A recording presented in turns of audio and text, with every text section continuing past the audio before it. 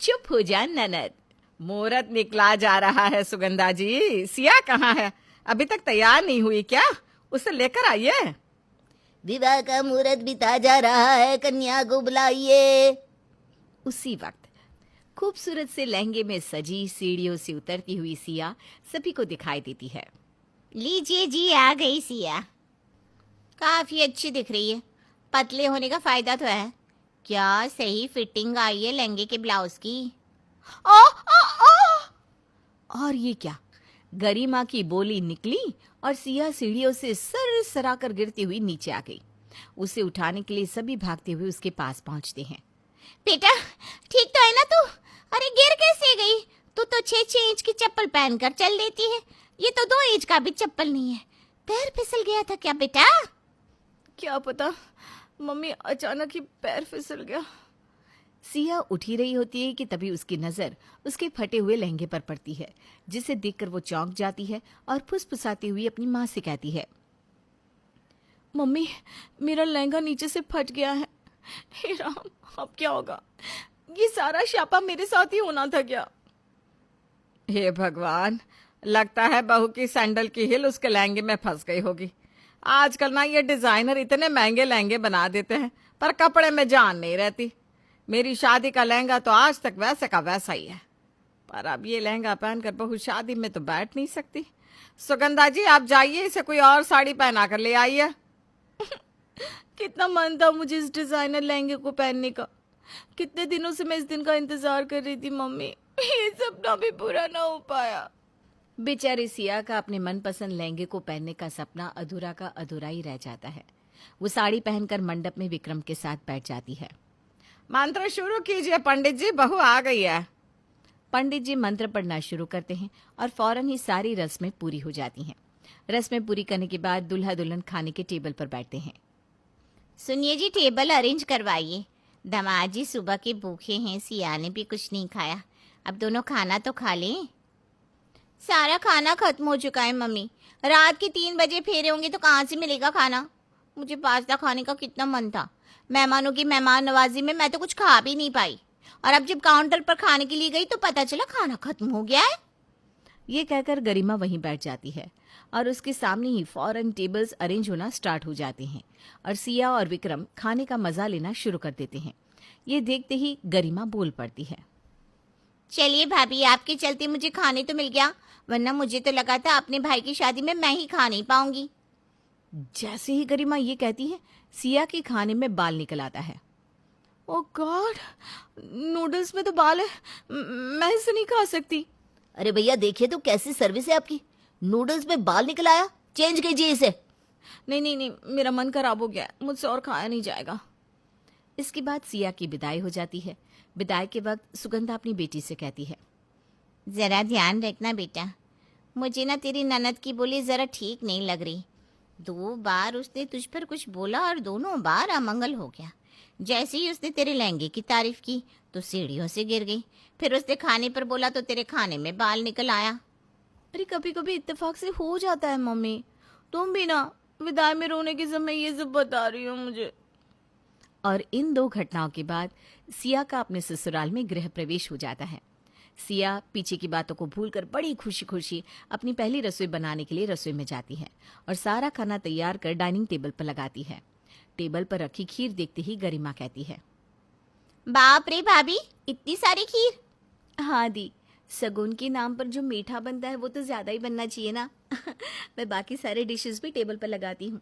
सिया जैसे ही किचन में जाकर खाने की बाकी चीजों को बाहर लाती है तो वो देखती है कि खीर बिल्ली खा रही है।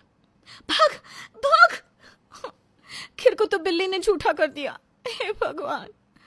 तभी वहां बाकी सभी लोग भी आ जाते हैं। अरे बहू, अभी तो यहाँ खीर का पतीला था, कहाँ गया? बाहर रख दिया मैंने मम्मी जी, बिल्ली के खाने के लिए। वो खीर ना बिल्ली ने झूठा कर दिया। हमारे घर पर तो बिल्ली आती नहीं, आज ये बिल्लियां कैसे आ गई? इसके बाद सिया को अपनी माँ की बात याद आती है कि गरिमा की बोली से बचकर रहना। मम्मी शायद सही कह रही थी।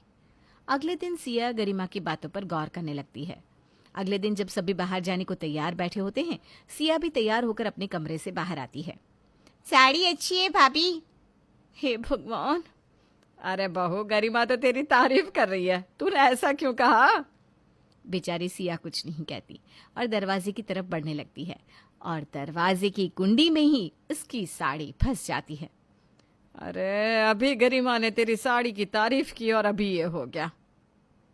मैं भी देख रहा हूँ गरिमा, 5 दिन पहले तूने कहा कि भैया आपके पास तो बहुत टाइम बच जाता है, इतने टाइम में तो आप कुछ और भी कर सकते हो। बस उसी दिन से बॉस मुझे अब 5 बजे की बजाय 10 बजे छोड़ने लगा है। हद हो गई है यार। अब समझी माँ जी आप कि मैंने अपनी तारीफ सुनकर हे भगवान क्यों कहा था। अपने लहंगे में सीढ़ियों से गिर चुकी हूँ मैं। कितनी मेहनत से अपने गृह प्रवेश पर खीर बनाई थी और दी ने बोल क्या दिया, सारी की सारी खीर बिल्ली खा गई।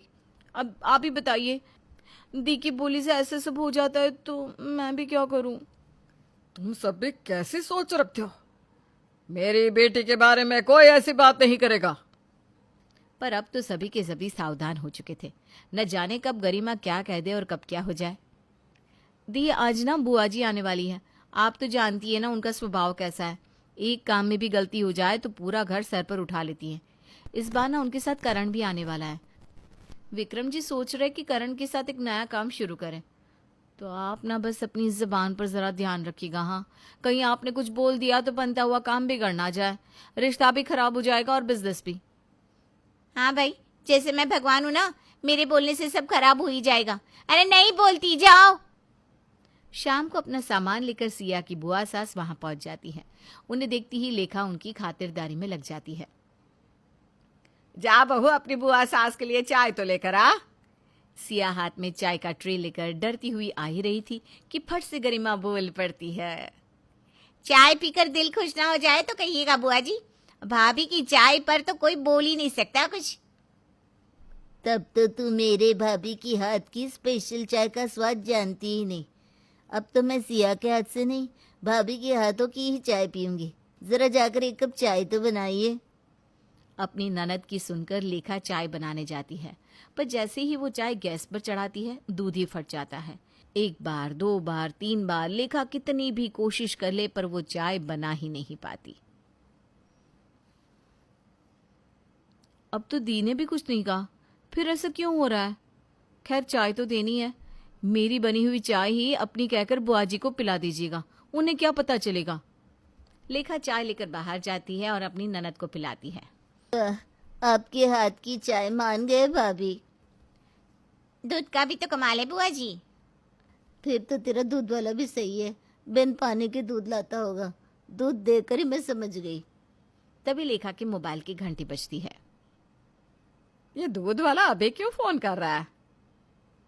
भाभी जी, हम शहर छोड़कर यहाँ से जा रहे हैं, आप नया दूध वाला ढूंढ लीजिए। अब हम आपके घर दूध नहीं पहुँचा सकते। क्या दीदी, क्या आपने अभी बोला दूध को लेकर और अभी ही मेरा दूध वाला शहर छोड़कर चला गया? तो आपको क्या ही दिक्कत आएगी भाभी, शरीर स्वस्थ है, आप किसी तबेले में जाकर दूध ले आइएगा। क्या हुआ माँ जी? ऐसा लगा मेरे पैरों का नस खींचा गया बहू। हैं? ये सुनते ही सिया सर पकड़ लेती है। मतलब दी बुआ जी पर ही गई है माँ जी? अब दोनों सास बहू अपनी ननदों को घूरती हुई कहती हैं, चुप हो जा ननद, चुप हो जा ननद।